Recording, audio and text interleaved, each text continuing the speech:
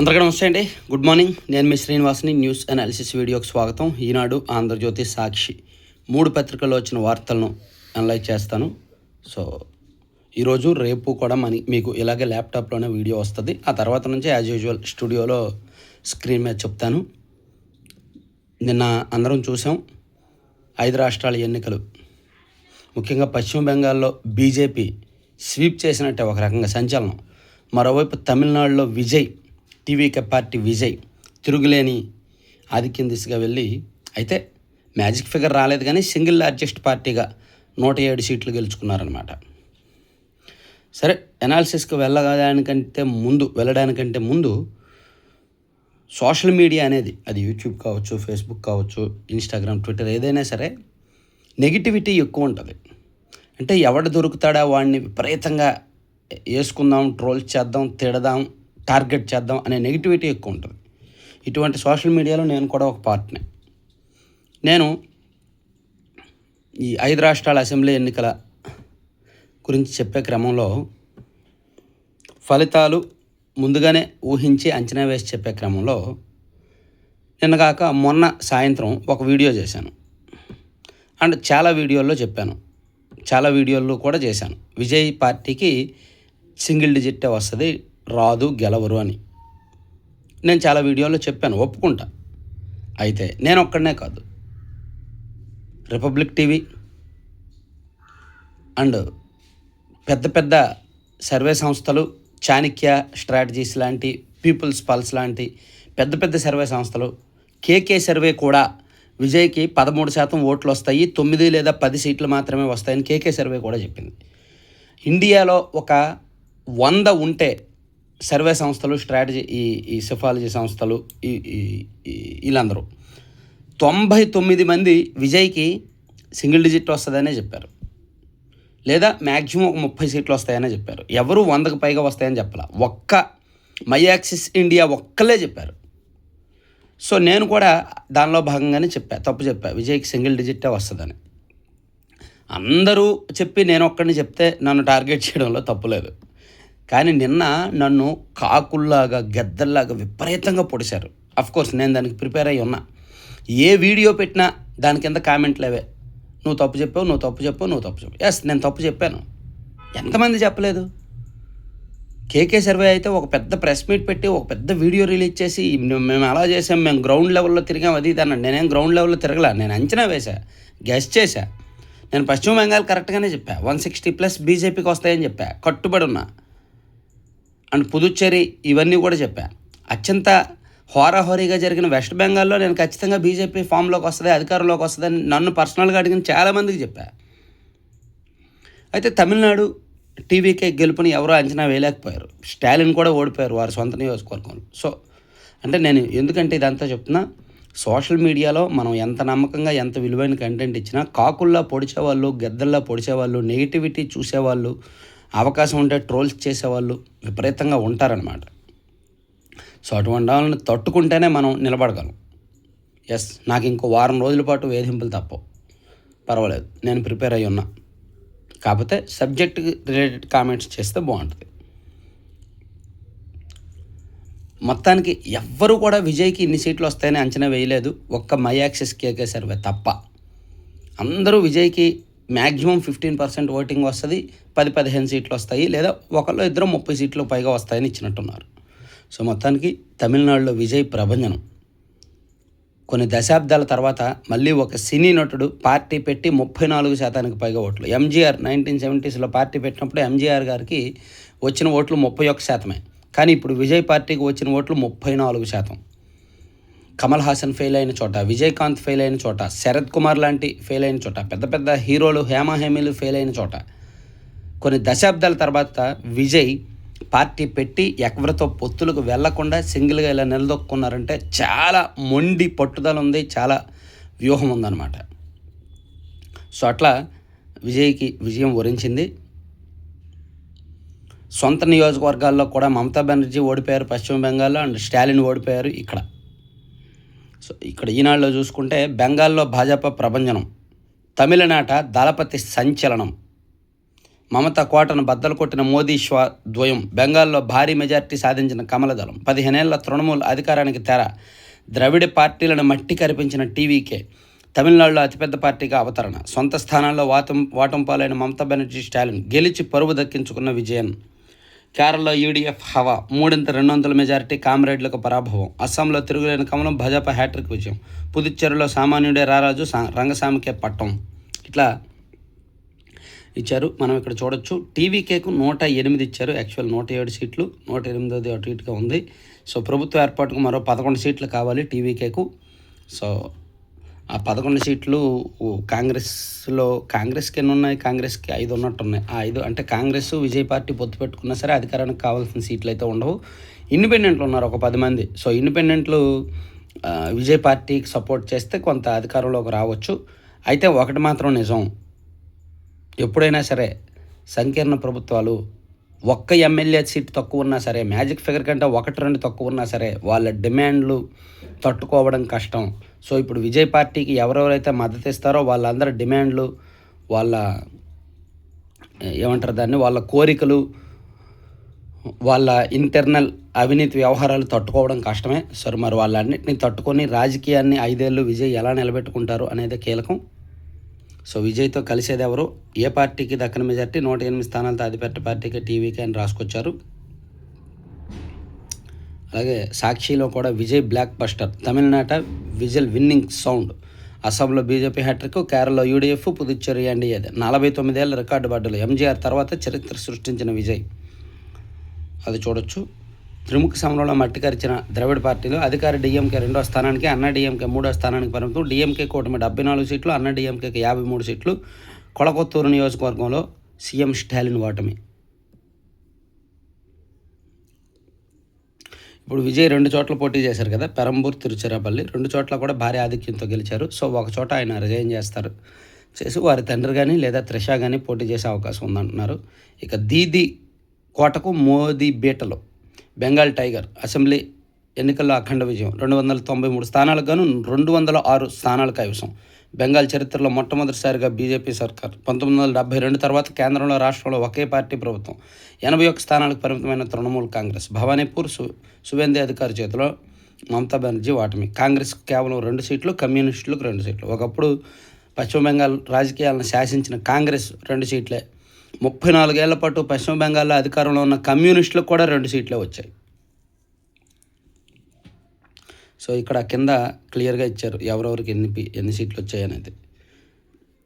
ఇక ఆంధ్రజ్యోతిలో కూడా మమత కంచుకోటలో కమలం, తమిళ జననాయకన్ విజయం. కమలం విజయం అని అసెంబ్లీ ఎన్నికల్లో 2 పెను సంచలనాలు అని 5 రాష్ట్రాల అసెంబ్లీ ఎన్నికల గురించి ఇచ్చారనమాట. సో పరాజయ బాధితులు మమతా బెనర్జీ, స్టాలిన్, విజయన్. విజయ సారథులు సువేందు అధికారి, హిమంత సతీష్. సో ఇక్కడ ఇలా ఉంది. ఇక దీనికి సంబంధించి రకరకాల అంశాలను మనం చూసుకుంటే ఈ ఎన్నికలకు సంబంధించి చాలా వేశారులే లోపల. అవి పక్కన పెడితే గ్రామీణ పేదలకు 1,00,000 ఇల్లు నెలాఖరు నాటికి కేంద్రం నుంచి మంజూరయ్యే అవకాశం. 6-7 లక్షల మంది అర్హులుగా గుర్తింపు, మిగతా వారికి విడతల వారీగా మంజూరు. సో గ్రామీణ పేదలకంట ఈ నెలాఖరు నాటికి 1,00,000 ఇల్లు ఇవ్వాలని కూటమి ప్రభుత్వం నిర్ణయించింది. సో ఈ నెలాఖరులోగా లబ్ధిదారులను ఎంపిక చేస్తారంట. కేంద్రం నుంచి మంజూరు అవుద్దంట. ఇక మీ పనితీరు చెత్తగా ఉంది. సుప్రీంకోర్టు రిజిస్ట్రీపై సీజీఐ ఆగ్రహం. సర్వోన్నత న్యాయస్థానం పాలనా విభాగమైన సుప్రీంకోర్టు రిజిస్ట్రీపై ప్రధాన న్యాయమూర్తి జస్టిస్ సూర్యకాంత్ సోమవారం మండిపడ్డారు. రిజిస్ట్రీ పనితీరు చెత్తగా ఉంది, అక్కడ ఉన్న ప్రతి ఒక్కరూ తామే సూపర్ సీజీఐలం అని భావిస్తున్నారు అంటూ చురకలు వేశారు. ఎన్ఫోర్స్మెంట్ డైరెక్టరేట్ ఇతరులకు నోటీసులు పంపించకపోవడం తీవ్రంగా ఆక్షేపించారు. 37,000 కోట్ల పెట్టుబడుల మోసానికి సంబంధించిన కేసులో నిందితురాలు ఆయుషి మిత్తల్ అలియాస్ ఆయుషి అగర్వాల్ బెయిల్ పిటిషన్పై విచారణ సందర్భంగా సీజీఐ ఈ వ్యాఖ్యలు చేశారు. కాదేది కమిషన్లకు అనర్హం. ఇదండి ఆంధ్రప్రదేశ్ వైద్య సేవలు మౌలిక వసతుల అభివృద్ధి సంస్థలో అండి విపరీతమైన కరప్షన్ అండి. ఇప్పుడు ఒక హాస్పిటల్లో, ప్రభుత్వ హాస్పిటల్లో బెడ్లు మార్చాలనుకోండి, మామూలుగా బయట బెడ్ ఒక 200 ఉందనుకోండి, వీళ్ళు 400-500 కోట్ చేస్తారు. కోట్ చేసి కమిషన్ తీసుకొని ఏదో ఒక సంస్థకి ఇచ్చేస్తారు. అలాగే మెడికల్ ఎక్విప్మెంట్స్ కొనాలన్నా, సర్జికల్ ఎక్విప్మెంట్స్ కొనాలన్నా, హాస్పిటల్స్కి కావాల్సిన ఏ ఎక్విప్మెంట్ కొనాలన్నా సరే ఈ సంస్థ ద్వారానే వెళ్తుంది. సో ఈ సంస్థ విపరీతమైన అవినీతి. నెలకు అటు ఇటుగా ఒక 5 కోట్లు సైడ్ చేస్తారనేది ఒక ఆరోపణ. ఎందుకంటే ఏ కొనుగోలు అయినా సరే భారీగా కమిషన్లు ఉంటాయి. ఎందుకంటే హాస్పిటల్లో మౌలిక వసతులు తప్పదు. ఏదో ఒక హాస్పిటల్‌కి బెడ్లు కావాల్సి వస్తది, సర్జికల్ ఎక్విప్‌మెంట్స్ కావాల్సి వస్తది. ఏదో ఒకటి మౌలిక వసతులు కల్పించాల్సింది వీళ్ళ ద్వారానే జరగాలి కాబట్టి, సో అందుకే ఈ పదవికి, ఇందులో డైరెక్టర్ల పదవులకి చాలా డిమాండ్ ఉంటది. చాలామంది వీళ్ళ చుట్టూ తిరుగుతూ ఉంటారు. అది ఈనాడులో రాశారు. వైద్య ఆరోగ్య శాఖ వెన్నెముక లాంటి ఆంధ్రప్రదేశ్ వైద్య సేవలు మౌలిక వసతుల అభివృద్ధి సంస్థలో పాలన గాడి తప్పింది. సంస్థ పాలన కార్యకలాపాలపై పట్టు ఉందంటూ కీలక స్థానాల్లో కొందరు ఏళ్లుగా తిష్టవేశారు. వీరు తమ విధులను పక్కన పెట్టి కమిషన్లు దండుకునే వ్యవహారాలు సాగిస్తున్నారు. తమ మంత్రివర్గం అంటూ కొందరు, తమ చైర్మన్ వర్గం అంటూ మరికొందరు అడ్డగోలు పెత్తనాలు చెలాయిస్తున్నారు. ఈ వర్గపోరును ఆసరాగా చేసుకొని ప్రభుత్వం దృష్టికి తీసుకెళ్లకుండానే కొన్ని నిర్ణయాలను ఏకపక్షంగా తీసుకుంటున్నారు అని సీరియస్ అంశాన్ని ఒకటి రాశారు.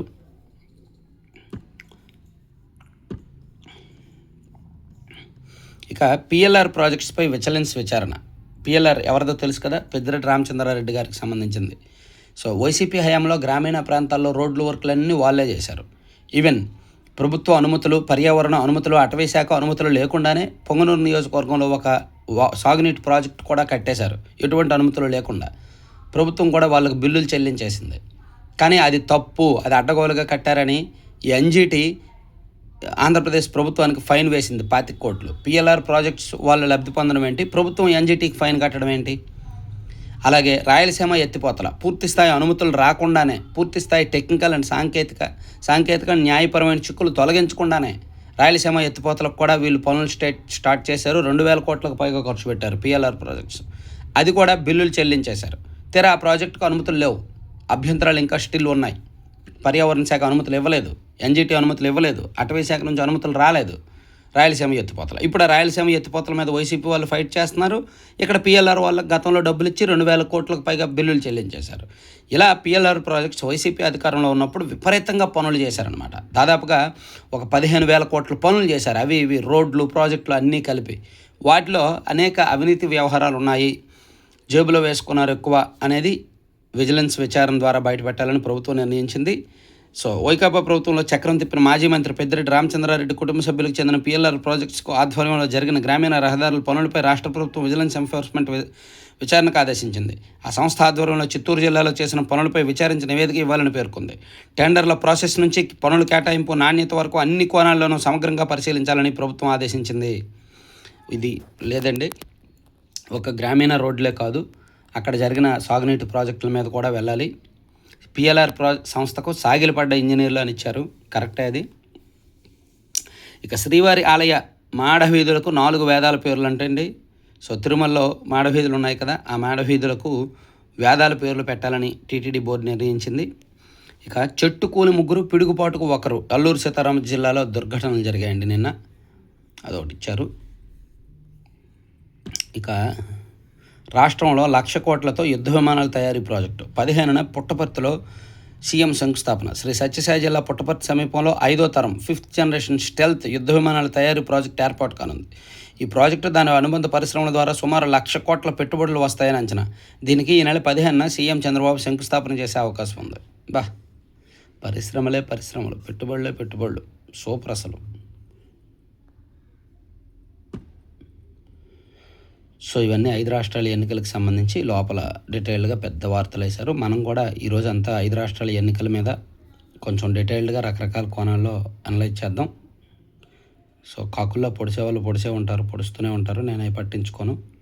ఎందుకంటే పెద్ద పెద్ద సర్వే సంస్థలు మేము గ్రౌండ్ లెవెల్లో తిరిగాము, సర్వే చేసామని చెప్పిన వాళ్ళే తప్పుడు రిపోర్ట్ ఇచ్చారు, అంచనాలు తలకిందులయ్యాయి. నాదేముంది, నేను అంచనా వేసి చెప్పా. సరే ఇది పక్కన పెడితే, ఒక్కరోజు కస్టడీకి వైకాపా ఎమ్మెల్సీ అనంతబాబు. ఒక్కరోజు కస్టడీ ఎందుకండి, ఏం చెప్తాడు ఆయన? గుర్తులేదు, మర్చిపోయా, నాకేం తెలియదు అనే చెప్తాడు, అంతేగా. సో మొత్తానికి వైకాపా ఎమ్మెల్సీ అనంతబాబుని పోలీసులు ఒకరోజు కస్టడీకి ఇచ్చారంట. ఇక మరో 3 ఏళ్ళు విద్యార్థులకు రావజావా. శ్రీ సత్యసాయి సేవా ట్రస్ట్తో విద్యాశాఖ ఒప్పందం. ఆగిన లారీని ఢీకొన్న అంబులెన్స్, రోగి సహా 4 మృతి, మరో 2 పరిస్థితి విషమం. బెంగాల్ నుంచి బెంగళూరు వస్తుండగా తిరుపతి జిల్లాలో ప్రమాదం. తిరుపతి జిల్లా శ్రీకాళహస్తి సమీపంలో రేణుగుంట నాయుడుపేట రహదారిపై ఘోర రోడ్డు ప్రమాదం జరిగింది. ఒక లారీ అక్కడ ఆగి ఉంటే వెనుక నుంచి వచ్చిన అంబులెన్స్ ఢీకొందనమాట. ఇక హజ్కు 185 మంది యాత్రికులంట. తిరుమలలో సిఫార్సు కష్టాలు, ప్రజాప్రతినిధుల లేఖలు తీసుకొని తీతిదే ఆందోళనతో భక్తుల ఆందోళనతో 300 టోకెన్ల జారీ. అమరావతిలో యోగా దినోత్సవ కార్యక్రమం ఏర్పాట్లపై మంత్రి సత్యకుమార్ సమీక్ష. సరే, ఈనాడులో వచ్చిన అంశాలు ఇవి పక్కన పెడితే ఇక సాక్షికి వెళ్తే, సాక్షిలో తమిళనాడులో విజయ్ గెలవడంతో ఇక్కడ పవన్ కళ్యాణ్ని జనసేనని దెప్పి పొడుస్తూ సాక్షిలో ఒక వార్త రాశారు. మన పవన్లో ఆ ఫైర్ అది. తమిళనాడు విజయ్ గెలుపుతో జనసేన శ్రేణుల్లో అంతర్మదనం. పార్టీ పెట్టి 12 ఏళ్ళైనా ఇంకా పొత్తు తిరుగుడు పువ్వు మాదిరే రాజకీయం ఎందుకు? ఒంటరిగా పోటీ చేసే ధైర్యం లేకపోవడం వల్లే రాజకీయంగా ఎదగలేకపోతున్నామని ఆవేదన. ఒంటరిగా పోటీ చేశాడుగా ఆయన 2019లో. ఆ కసి చూపించలేదుగా జనసేన వాళ్ళు. కనీసం 2019లో ఒక 30 సీట్లు ఇచ్చుంటే పవన్ కళ్యాణ్ గారికి 2024లో ఆయన మరో నిర్ణయం తీసుకునేవాడు. కానీ 2019లో ఫెయిల్ అయ్యారు కాబట్టి ఇంక పొత్తులకు వెళ్లాల్సిన తప్పలేదు.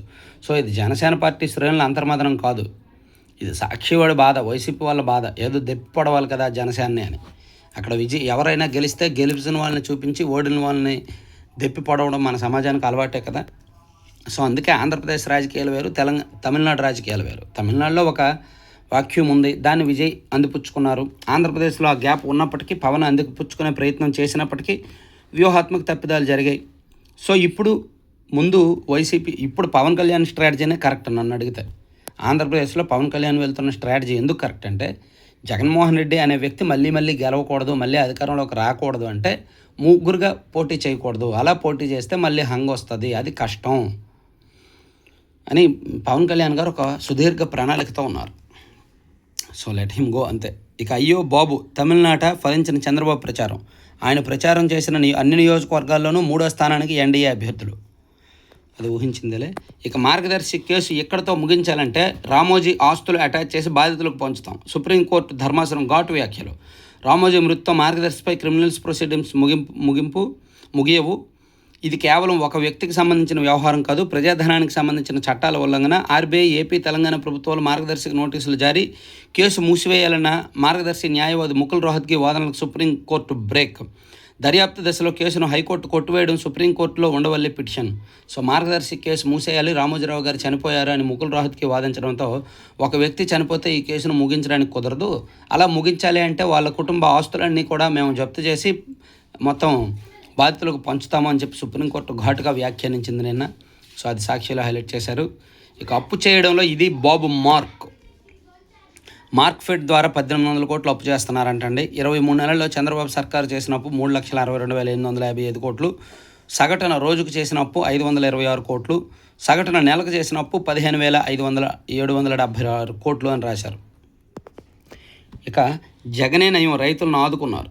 ప్రజా ఫిర్యాదుల పరిష్కార వేదికలో జనసేన కార్యకర్త. అధికారుల తీర్పు నిరసనగా బయటకు పంపేసిన పోలీసులు. ఏంటి జగనే నయం, రైతులను ఆదుకున్నారంట. ఏం ఆదుకున్నారు? ధాన్యం కొనుగోలు చేసిన డబ్బులు 2-3 నెలలు కూడా ఇవ్వాల. ఈ ప్రభుత్వం కనీసం ధాన్యం కొనుగోలు చేసిన డబ్బులు ఒక్క రోజులో ఇస్తున్నారు. సెల్ఫ్ డబ్బాలు ఎక్కువ కొట్టుకుంటారులే సాక్షిలో. సొంత పత్రిక, సొంత డబ్బా. మన పవన్లో ఆ ఫైర్ ఏది అంట. జగనేనేమో రైతులను ఆదుకున్నారు. చంద్రబాబు పాపం సీమకు శాపం. శిష్యుడు రేవంత్ రెడ్డి కోసం రాయలసీమ ప్రాజెక్టులో బొందబెట్టిన Babu. Rayalaseema lift irrigation task force chairman Sake Sailajanath, YSRCP regional coordinator Karumuri ధ్వజం అంట. ఓకే, ఇక ఆంధ్రజ్యోతిలో చూసుకుంటే ఈ 5 రాష్ట్రాల ఎన్నికల తర్వాత తలపతి మద్దతు ఎవరు? తమిళనాడులో మ్యాజిక్ ఫిగర్ 118. కోతవేటు దూరంలో ఆగిన టీవీకి డిఎంకే, అన్న డిఎంకేలతో కలవబొమ్మన్న విజయ్. కాంగ్రెస్, సిపిఐ, సిపిఎం, డిడిఎంకేల మద్దతు కోసం చర్చలు, నేడు స్పష్టత. విజయ్ త్రిశాలకు సినీ ప్రముఖుల అభినందనలు వెల్లువా. అమరావతికి రాజమార్గం. అద్దంకి నుంచి 92 కిలోమీటర్ల మేర high speed access control road. Bengaluru, చెన్నైలకు వేగంగా చేరుకునేలా NH-16 విస్తరణ. 16 నుంచి 12 లైన్లకు విస్తరించే ఛాన్స్. 4-5 చోట్ల ఎంట్రీ ఎగ్జిట్లు. 2 వీలర్లో, ఆటోలకు నో ఎంట్రీ. 2 ఏళ్లలో పూర్తే లక్ష్యం. ఏంటి 16 లైన్లు ఉన్న NH-16 6 లైన్లు ఉన్న NH-16 12 లైన్లకు విస్తరిస్తారా? ఆ 4-5 చోట్ల ఎంట్రీలు ఎగ్జిట్లు ఉంటాయా? అమ్మో, చాలా పెద్ద ప్రాజెక్ట్ ఇది. అయితే జరిగితే బాగుంటుంది. ఇప్పుడు అద్దంకి నుంచి అమరావతి వరకు హైస్పీడ్ యాక్సెస్ కంట్రోల్ రోడ్డు, అది మంచి ప్రాజెక్టు. అండ్ NH-16 విస్తరించడం మంచి ప్రాజెక్టే. సో అవి వస్తే ఇంక తిరుగుండదు. అప్పుడు లాజిస్టిక్స్, రవాణాకి ఇంక తిరుగుండదు అనమాట. సో అది చూడాలి. ఇక fighter jets made in AP, పుట్టపర్తిలో యుద్ధ విమానాల తయారీ ప్లాంట్ 600 ఎకరాల్లో ఏర్పాటుకు డిఆర్డీఓ ప్రతిపాదన, 1,00,000 కోట్ల పెట్టుబడి పెట్టే అవకాశం. ఇదొకటి మంచి పరిశ్రమ అన్నమాట. తెలుగులో తడబాటు, మాతృభాషలో ఎక్కువ మంది ఫెయిల్, హిందీ ఇంగ్లీష్లో మాత్రం అత్యధిక ఉత్తీర్ణత. ఆసక్తి కలిగిస్తున్న 10th ఫలితాలు. తెలుగు సొంత భాష, మాతృభాష మీద మమకారం పోతుంది, ఆసక్తి పోతుంది. తెలుగులో మాట్లాడితే ఏదో పరువు తక్కువ అనేటట్టు తల్లిదండ్రులు కూడా పిల్లలకు నోరు పోస్తున్నారు, పిల్లలు కూడా అదే అలవాటు చేసుకుంటున్నారు. చూడండి, చివరికి 10th ఫలితాల్లో తెలుగులో ఫెయిల్ అవుతున్నారంటే చాలామంది. ఇక వారంలో 5.20 లక్షల మంది వెంకన్న దర్శనం, ముందస్తు ప్రణాళిక సమర్థవంతమైన క్యూ లైన్ల నిర్వహణతో సాధ్యం అని మరో వార్త ఇచ్చారు ఆంధ్రజ్యోతిలో. ఇక కొరత లేకుండా మంచినీటి సరఫరా, జిల్లాకు ప్రత్యేకంగా కోటి కేటాయిస్తున్నాం, 24 గంటల్లో వాహనాల రిజిస్ట్రేషన్లు పూర్తి చేయాలి. అదనపు రిజిస్ట్రేషన్ అథారిటీ డీలర్లు, ప్రభుత్వ సేవల్లో ఏఐ వినియోగం పెంచాలి, కలెక్టర్లు ఉన్నతాధికారులకు సీఎం ఆదేశం. ప్రజా వ్యతిరేక ఫలితం ఇదే. అధికారాన్ని ప్రజా సంక్షేమానికి వినియోగించకుండా ప్రజా వ్యతిరేక విధానాలు అవలంబిస్తే ఎన్నికల్లో ప్రజలు వ్యతిరేకంగా తీర్పిస్తారనడానికి పశ్చిమ బెంగాల్, కేరళ, తమిళనాడు ఫలితాలే నిదర్శనం. అవును, ఎగ్జాక్ట్లీ. పాలన నచ్చితే ప్రజలే గెలిపిస్తారు, లేదంటే వారే నిర్దాక్షిణ్యంగా ఓడిస్తారు. గెలిచిన పార్టీలకు డిప్యూటీ సీఎం పవన్ శుభాకాంక్షలు. అమరావతి రాజమార్గం, ఇఫ్కో కిసాన్ సెజ్లో మహానాడు. నెల్లూరులో 27 నుంచి 3 రోజుల పాటు నిర్వహించిన మహానాడుకు వేదిక ఖరారైంది. నగరానికి సమీపంలో కొడవలూరు మండలంలోని ఇఫ్కో కిసాన్ సెజ్ ప్రాంగణంలో నిర్వహిస్తారంట. ఎట్టకేలకు ఒక్కరోజు అనంతబాబు కస్టడీకి కోర్టు అనుమతి. తెలుగులో తడబాటు, మాతృభాషలోనే ఎక్కువ మంది ఫెయిల్. చూడండి ఎంత ఆసక్తికరమో ఇది. ఈ ఏడాది 10వ తరగతుల పరీక్షలో 6,17,827 మంది రాయగా 5,26,677 మంది ఉత్తీర్ణులయ్యారు. 91,150 మంది ఫెయిల్ అయ్యారు.